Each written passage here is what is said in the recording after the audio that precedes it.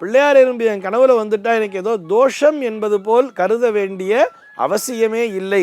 நீங்கள் வாழ்விலே வளர்ச்சி காணப் போகிறீர்கள் என்பதுதான் அதற்கான பொருள். இது போக இன்னொரு விஷயம் என்ன தெரியுமா? எறும்புகள் எப்பொழுதுமே கூட்டமாகத்தான் வாழும், பார்த்திருக்கலாம்னு நினைக்கிறேன். அப்படி நாம் என்ன செய்ய வேண்டும் என்று சொன்னால், இந்த பிள்ளையார் எறும்பானது நம்முடைய கனவிலே வரும்பொழுது நாம் என்ன செய்ய வேண்டும் என்று சொன்னால், நம்மை சுற்றி இருப்பவரிடம் அன்பு செலுத்த வேண்டும்.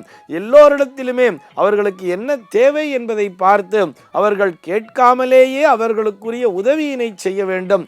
நாம் எப்பொழுதுமே ஒற்றுமை உணர்வுடன் வாழ வேண்டும். நம்முடைய குடும்பத்தினர், அதாவது குடும்பத்தினர்னு சொன்னால் நீங்கள் உங்கள் மனைவி பிள்ளைகள் மாத்திரமல்ல, உங்களுடைய பெற்றோர்களாகட்டும், உங்களுடைய சகோதர சகோதரிகளாகட்டும், அவர்களுக்கு பிறந்த பிள்ளைகளாகட்டும், இப்படி எல்லோரிடமும் உறவு பாராட்ட வேண்டும், நல்லுறவினை பாராட்ட வேண்டும். அவர்களுக்கு என்ன தேவையோ அதை நம்மால் இயன்ற வரையில் செய்ய வேண்டும். அந்த ஒற்றுமை உணர்வு என்பது கூட வேண்டும் என்பதுதான் அந்த பிள்ளையார் எறும்பிற்கான ஒரு தாத்பரியம்.